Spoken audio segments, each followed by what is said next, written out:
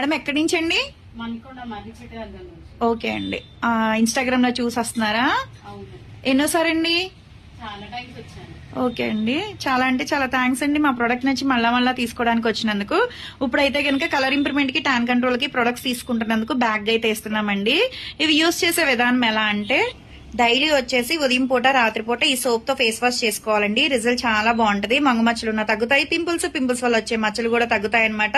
Skin కూడా dry అవ్వకుండా చేస్తుంది.